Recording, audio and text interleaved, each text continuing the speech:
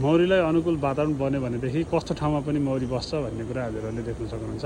यो कपडा सुकाएर राखेको थियो, यही कपडामा आएर बसिरहेको छ मौरी, देख्न सक्नुहुन्छ। यो कपडाको भित्रपट्टि यसरी बसिरहेछ।